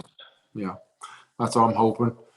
That's what I'm hoping. So the panicking, if that makes sense, the panicking. Yeah, they are. They're panicking. I know. That's why. And when people panic, they make mistakes, and that's why they're revealing themselves now. It's like, well, we've got nothing to lose, you know. And that's the other thing. That's the other beauty of it. So COVID was my understanding that COVID was something that the baddies wanted to do for a while. They planned it for a while, been all in these agendas, you know. But the white hats got wind of it, and they realized, well, actually, we can use this for good, you know. It's like God. It's like, well, God will use, you know, for bad, and He'll turn it to good. Well, if you're doing a military operation, i.e. going around, so that's why you've got weird earthquakes in places like Milton Keynes and other parts of the UK, and then these random fires and stuff, because they've been demolishing the domes underneath. And people don't know about that, you know. I didn't know about it, but they've been dismantling this network of Satan, really, of just evil. And they've been doing that. So what's one of the best ways you could do that? Right, we'll do a pandemic. Everyone stay at home, and we'll go around doing all the heavy lifting. So they were doing it before. Operation Overlord was going on before. But when COVID hit, that's when they were right on it. They're still doing stuff now, but keep the public away, keep them out, scare them with an invisible enemy, i.e. you can't see it. Then they'll do as they're told. They know what human nature and their human psychology is like. But it kept them safe. It kept people safe. It kept them off the street. They weren't going into places that they shouldn't do. They could just say, all right, that's closed down, you know, and then people don't question, oh, it's COVID. You know, so many things were reduced or stopped. Oh, it's COVID. You could just close it. But there were ones in London, central London. You've got these buildings that suddenly just dismantled and taken down in the middle of Baker Street. It's like, why is that? I don't know what's under there, but I suspect there must have been something. It's like, right, we've got every piece was taken out. The other thing, though, that they were doing drilling, they were still doing all this roadworks. They were doing all these other things on the surface, and create. You know, it's like, oh, there's digging up, there's stuff going on. What else was going on underneath? You know, there were so many things in Utah. There were earthquakes the first week of COVID, massive earthquakes, and people say, well, that was a military dump. Gene Deco talks about that as a military dump. The Mormon temple had a trumpet, and just Trump fell off. It's like, okay, drop the mic, we got you. And there's a, and I know this well, but there's a part where the Mormon leaders were standing behind President Trump the year before, or 2 years before. They were kowtowing to him because he'd served them notice. He'd gone boom. That's what all those visuals were. He went to the Vatican, he went to the Mormon Church, he went to the Queen, he went to Prince Charles, he went to Vietnam, he went to the Saudi, all these things, Russia, China, South Korea, all these things, and they were all markers showing something's gone on here, and he's the forefront of this movement that is taking out the bad entities. And people are gobsmacked at what we're thinking bad entities. And if I hadn't had certain things in my own life, I'd have had certain attachments to certain stuff and organizations, but I was removed from it for this point, at this point in time, so I could see it clearly. I wasn't emotionally charged with it. And that's why it's taking time as well. People they gave the Queen her Jubilee, you know. Then a few months later, she's gone in the same year. All right, we'll give you your Jubilee. People can have your last bit. Because imagine if it had been the other way. It's like, yeah, oh, she missed out. Oh, we're upset about that. No, they got to say goodbye to her. But then they've been setting the trap for ages. Look with Andrew, and then they're going to go on to Charles, and then they're going to the rest of it. And it's like they're dismantling all these things. So it's a psychic. People in the UK love the Queen. Look what, you know. They're going to be devastated when they know about the truth. My mum loves the royal family. What's that? My mum loves the royal family. Yeah, they do. Everyone does. It's all part of, you know, it's the royals have been just part of, it's an institution, isn't it? And they love it. And it's like, people will be devastated when they hear, you know, what's going on. But once they start to see it, and bit by bit, they're like, fuck, that was bad. That was bad. If people want to dig and find, they can find the information now, you know. Yeah. But the masses don't want to hear that because they're watching the TV, they've got the narrative. The white hats, whenever they feel the time to do it, lockdown, they could put people into lockdown. So you had 10 weeks warning, and then 2 weeks, boom, and they were in. And it was all everywhere across the world, you know, we're in the Western world, lockdown. They can do disclosure in just the same way. I don't know what the time or hour, but it's coming. And when it goes, it will go. And there will be, you know, people will be distraught, but there'll be a lot of relief and jubilation as well at the same time. They're doing it in such a way, President Trump doesn't want any more death. They're trying to do as much and as little death as possible. I don't know. I know the outcome. I know where we're going. I don't know all the details in between. I wish, well, I'm okay with it, but I thought it was going to happen quicker, like everyone that's awake. Yeah. But when the time comes, they'll pull the plug and it will happen, you know. I hope so. I hope so, Tom. I hope so. It's coming, buddy. It's coming. But we need, but that's the other thing. That's why they allow the kind of fear factor as well, because if people aren't, fear is more of a motive at base level, you know, complacency and fear. People do things when they're fearful. So that fear thing is going to turn up. That's going to increase. I thought, well, COVID, why didn't people wake up then? But they fortunately didn't. A lot of people did, but not the mass, not the majority. So it's going to take another thing to raise the temperature and really push people to that precipice of like, fuck, what on earth's happening? And then it's like, okay. Yeah. But when everyone says no, like you say, it will be gone in a day. Yes, I know that. I know that. Where do you think we're up to now? Do you think 20%? Yeah, that's a good question. I think it's higher. Yeah. But in terms of people, because it was 5%, wasn't it, before COVID? I would say it's probably about 20, maybe a little bit more. You reckon it's what? I think it's probably more, but in terms of people that will act upon it, that's the thing. Yeah. So it's like, I think there's a lot of people behind the scene. I think there's a lot of people that know or sense something is not right, but they're not saying anything. They're still fearful of what will my family think, what will my employer think, what will society think, you know, I'll be a conspiracy. But yeah. I think there will come a time where it will just, I think it will go, I think there will be a point where it's exponential. Once there's a few things that are put in place and let go, then I think people, and it will also, so if there's a big kind of latent mass of people that do know, but they're not speaking out, when it hits, that's going to be easier to handle because they've already been prepped for 3 years, you know, or longer. And then it's like, then it's almost like, oh, it gives us the permission to speak up and own it now, you know, and say something. And then they won't be fearful. And then once they see that, well, actually 70% of the population are aware and they're doing something about it, it's so much easier for the rest of people to go, yeah, hang on, you know, I'm going to do this as well. Oh, I always knew that, you know, let everyone kind of take their own ownership story. But I think it's a bigger amount than maybe it appears, but it's just not saying anything yet, you know? Yeah, you're probably right. I hope so. I can't prove it, but that's my feel. Yeah. But you know, yeah. I hope even, yeah, not even the ones who still don't believe it. They have definitely been told by someone. Oh, so yeah. it'll be in the back where they would never have heard these the way of actually how the world works. They would have been told about it in the last 2-3 years. Oh yeah. Whether they believe it or not, they know it's there. So when, like you said, when it does come to play, then hopefully these will jump into gear. Yeah. Oh yeah.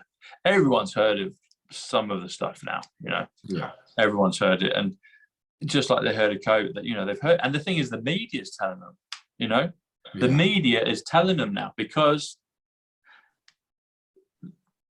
the alliance, the good guys, are in charge of all the media. So one of the ones that happened was when the Queen was her funeral service. She died ages ago. She was taken out a long time ago. You've even got different one. You've got the short. It's either the short one or the tall one that was with Obama, and then Trump's bigger than Obama, but you could still compare the women. One's a foot taller or shorter with the other president. You know, it's like with Trump. I think it was the one that was a lot shorter. It's been known for a while that she's got, Mrs. Sanderson was a double for her, you know, for portraits and appearances and stuff like that. But that was all swapped out. And then they showed Prince Charles early on with the sausage fingers, and it's Prince Charles, but it's not. You look at it and it's like, he's not the same as that one. And there's loads of people like that, celebrities, some of the real well-known footballers. There's all these other copies or versions of them, you know. But I can't remember where I was going with this. What we were saying before that? No, just talking about people when they do awake, that they've been told. That's it. Yes, that's it. Whether they like it or not, they've been told. Yeah, I remember now. So yeah, that's it. Thanks, Ricky. So the Queen. So it was said. I was in the States at the time, but I saw the clip of it. So on Sky News, you know, they're doing the whole procession from Buckingham to Windsor or Windsor to, I can't even remember where you know, which one was which, but that long journey. And the commentators, you know, this is a royal correspondence, you know, doing it. So, oh, the Queen has been in state for the last 4 years. So he said on telly, she's been dead for the last 4 years. She's been lying in state, you know. And then I sent that to a family message group, and they all like, oh, don't be ridiculous. And you know that you've hit the nail on the head because they have reacted immediately. The thing is, the point of that was, so the guy on the TV telling people she's been gone for 4 years, she hasn't just died. Now, if that was a slip of the tongue, okay, people can do a slip of the tongue, but you've got all these other monitors on a broadcast like that. The Queen's, you know, someone would have told him, and oh, I'm awfully sorry.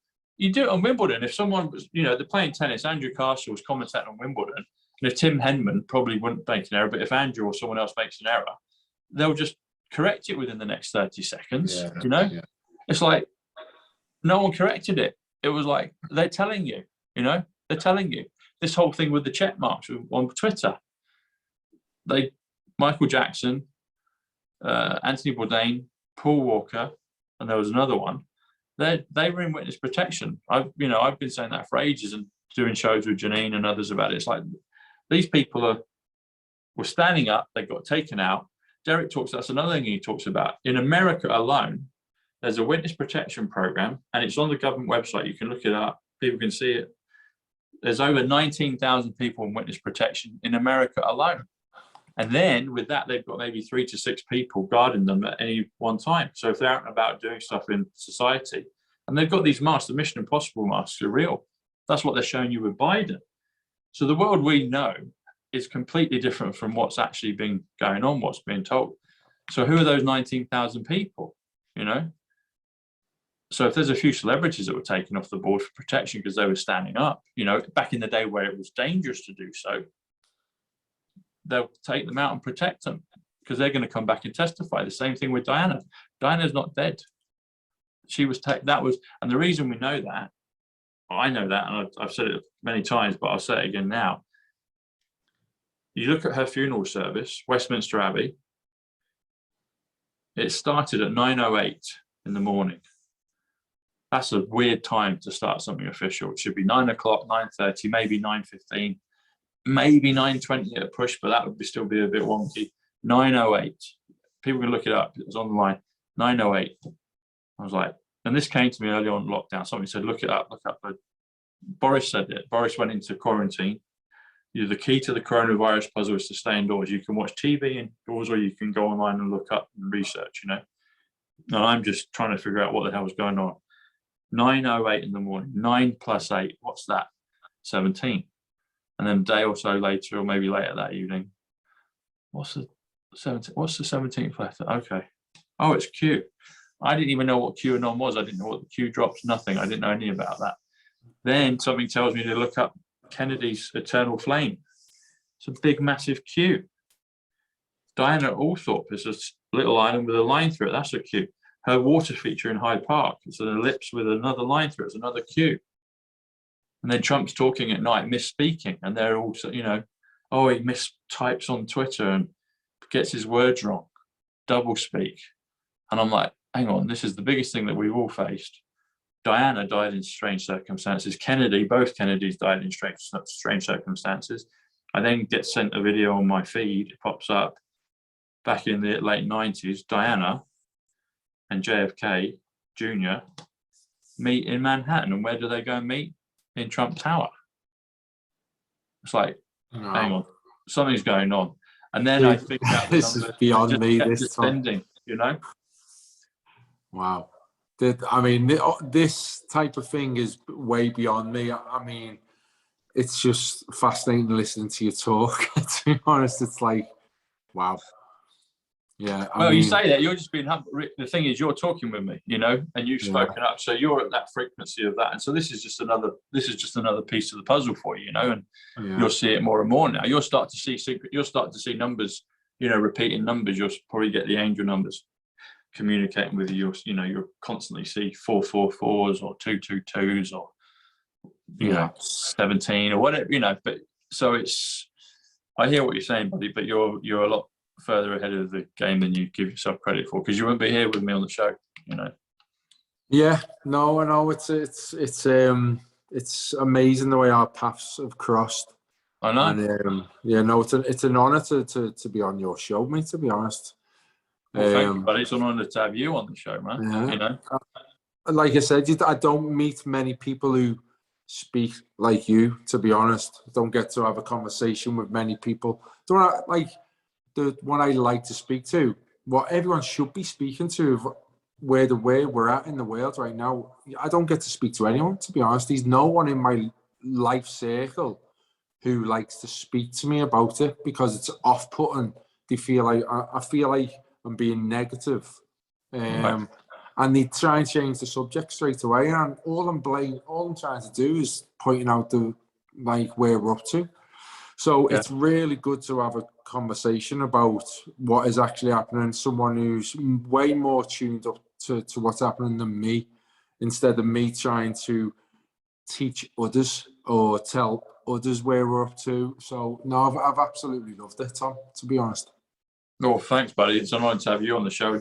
And the thing is, you're bringing info as well, because I don't focus on a lot of the government stuff, but that's all still necessary, because that's the precipitated, that's the thing that's going to kick start people into action, you know. If they don't know about that, if they're just doing the head in the sand, they're not going to hear what I'm saying, but they're not going to hear what you're saying, and they're going to just go, oh, and it just, you know, government says this, oh, okay, we'll just carry on.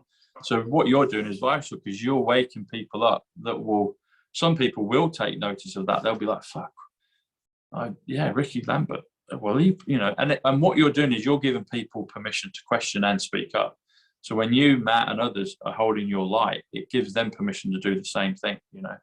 That's what you've just said there is spot on. Is I hope that by me speaking up, even if I they can ridicule me or whatever, then it gives them confidence to speak up.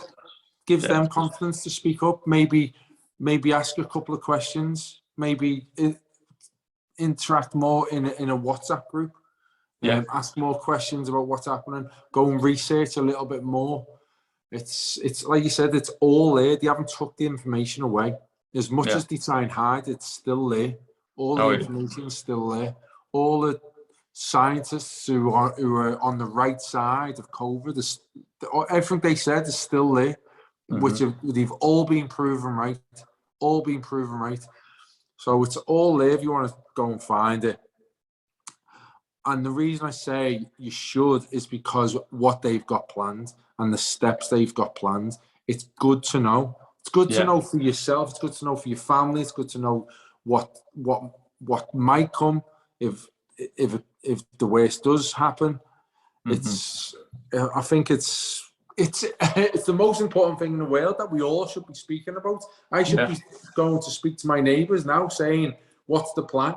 What's the plan over the next 2 years? If they actually do this, how are we going to adjust? How are we going to get through it? We've got to work together. We've got to work together to get through this." So that people shouldn't be embarrassed to speak like that, to be honest. No, definitely. Because what they've got planned, if they find out, if it comes to accustomed what they've got planned, then the switch is going to be switched in a way that this world has never seen before. Exactly. And people will not be able to spend the money they've got. They will be given a strict way of life to be given, and if you don't follow, you're just going to be switched off. You're going to be by yourself. So it's how them people who choose not to go along with it, how are they going to all cope? Can't just point a finger at them. We've got to help each other. So yeah, it's a fascinating time. It's a really fascinating time, and it's really heartwarming to know that there's people like you out there. And Matt is the one who I look up to the most, because he's from the same kind of background of me. He had more to lose than me, and he spoke out louder than anyone. So he's the one who I look up to the most. He's the one who I still follow. The show that he had on the podcasts and the people who he had on was incredible. And I was telling all my friends, I was like, please watch them, the information. And I think Matt has saved more people than anyone else in this country from not getting what we know. Yeah. You know what I'm talking about. Oh yeah. Yeah. Yeah. I think people who are on the edge, I think Matt has turned more people than anyone who I can think of to go, no, I'm not getting it. Yeah. I'm not getting it. So, I mean, people need to understand how important that man is. He is, and it's we're privileged to call him a friend. Yeah. Yeah. Yeah.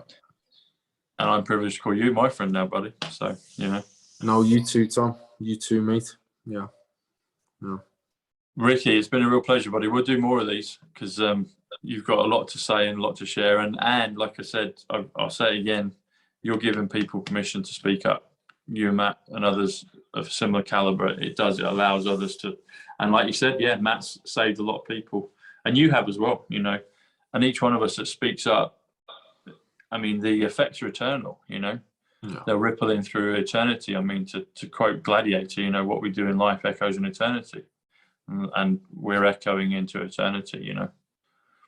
What a line that is. That's an unbelievable line. Yeah, no, that's unbelievable. And I know I haven't got a massive audience and stuff like that, but where can people find you, Ricky? What are you on any platforms at the moment? I'm only on Instagram.